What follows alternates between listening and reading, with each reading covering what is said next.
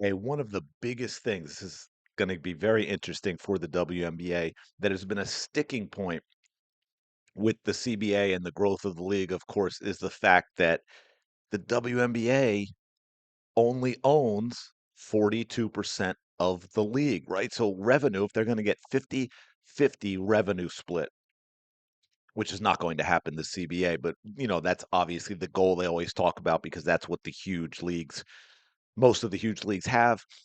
You're talking about 50% of 42%, which is actually 21% of the total revenue. One of the reasons for that is the fact that back in 2020, 2021, the WNBA sold a 16% stake in the league. It was 50-50 WNBA NBA. The WNBA then sold a 16% stake in the league in order to raise money. They raised $75 million for things like marketing for the league. Obviously, 2020 was a difficult year for a lot of sports leagues, especially ones who were barely holding on anyway, smaller leagues like the WNBA, the NWSL, and things like that. And so now they're talking about purchasing that back, which man, that's going to make things difficult as well because let's look at some of these numbers. By the way, welcome back to the channel. Thank you for being here. Appreciate all your support, of course. Hope you're having a fantastic day. WNBA exploring buying back 16% stake sold in 2022. I was thinking it was 2021. Only $75 million because of course they needed the money. They needed the money. However, and what's interesting about that no one talks about is all this money that the NBA had put into the league, and yet the WNBA still had to do this. That tells you a lot about what the NBA thought in terms of where the WNBA was at the time. Of course, interestingly enough, and very interestingly enough for Caitlin Clark fans, is one of the investors that was doing this separate from the NBA was Herb Simon. Do you recognize that name? Of course you do, because he owns the Indiana Pacers and the Indiana Fever. So he's got his stake from the NBA. He's also got his stake separately as part of this group that gave $75 million for a 16% stake in the league. And I know a lot of people, it's easy to look now like, oh my God, they undervalued it. What is the WNBA doing? But you have to understand, as much as they don't want to say it, where the WNBA would be right now if it were not for Caitlin Clark. A lot of people like talk about, oh, the league's growing, the league's growing. And I did videos on this when Caitlin entered the league going back, that the league was growing from that big dip in 2019, really, and then um, the whole 2020 thing accelerated it, but it was digging back out of that. And in 2023, we obviously then grew more in 2024 with Caitlin Clark, but 2023 was kind of sort of climbing back to what the league had been 20 years before. It wasn't actually growth. So now the WNBA is looking to buy that back. But here is the part that gets interesting with Caitlin Clark on board.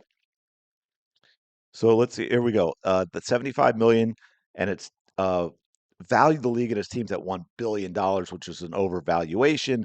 Because as you can see here, a source with direct knowledge of the raise told FOS the actual valuation was closer to 475 million after the influx of capital, and that was for the entire league. And yes, now thanks to Caitlin Clark, here's what makes this so crazy: team valuations have ballooned since, as the WNBA has added three new teams, with three more to come later this decade. So as you when it launched in '97, every team was owned and operated by the NBA teams, and that, of course, changed eventually. You had people like the Mohegan Tribe, which bought the Orlando Miracle. We all know that to be the Connecticut Sun now, and they've got issues going on there with wanting to sell and wanting to move and all of that, and the league getting involved. So 50% of the WNBA owned by the 30 NBA owners, the other 50% owned by the W's owners. And then, of course, as I already mentioned with the numbers, this diluted it to 42% each. As you can see here, right? The capital raise are NBA and WNBA owners, but they're doing this separately, getting an additional stake in the league.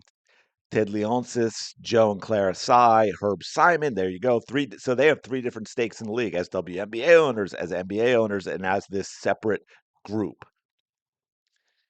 David Stern's brainchild has grown to become the longest running professional women's sports league in the United States. I think personally that is unfair because it's always been financially supported by the NBA.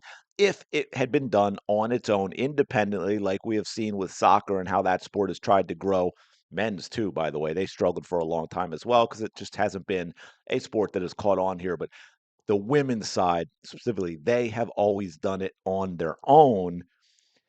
Multiple leagues have failed before the NWSL, which has finally taken hold. The first league, I think, over 5 years in existence. I think we're now in the year 12 or 13, something like that. But so that's kind of disingenuous. But anyway, the NBA has always viewed the WNBA as a sideline. They've never thought of it as a standalone line of business that they're trying to maximize the value of. It was a way to use the arenas in the summer when they're not being used. That's always been the conceptualization. Yeah, I think David Stern sort of sold it as a, look at what it would do for us in terms of marketing. Look how wonderful we are supporting women's sports. And that it just became the cost of doing business for a lot of NBA owners. Now, here's what we get where it gets really interesting with this number.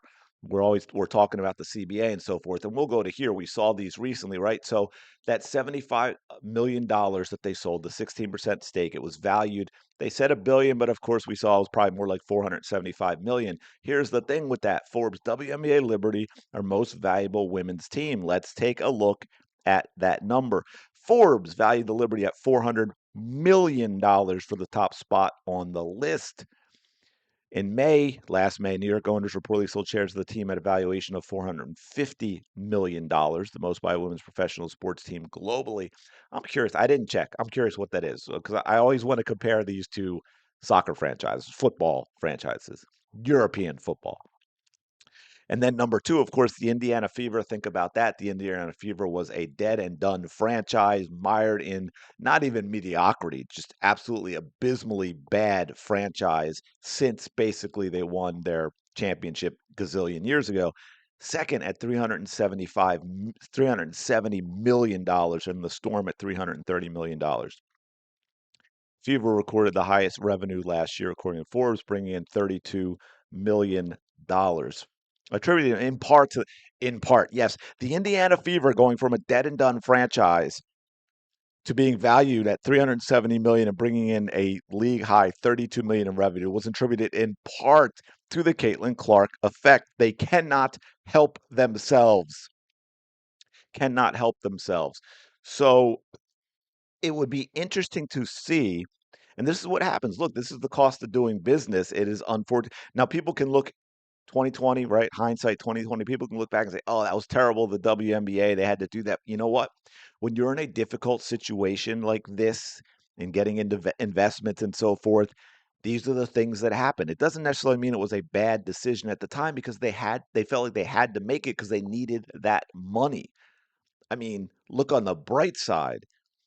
What if they could buy that back for less than 75 million, right? That would be bad. But, unfortunately, that's a lot of people get in that situation where they're buying high and selling low instead of the other way around because it would be interesting to see what this 16% stake would go for in terms of the WNBA. And also, would they be splitting that with the NBA or would they actually buy all 16%, which would give them 58% and a controlling interest in their own league. Now, of course, that's still got NBA owners in there and so forth. But anyway, this is one of the things that makes the CBA very tricky with the WNBA negotiations because of the situation with the ownership, the NBA owning it, the WNBA owning it, NBA owners that are WNBA owners. You can see we've also got WNBA owners and NBA owners who are part of the third group as well, which makes it absolutely wild. But anyway, let me know your thoughts on this in the comments below. Appreciate you checking out the video. As always, smash the like button, subscribe to the channel. Shout out to the 19. I will talk to you later.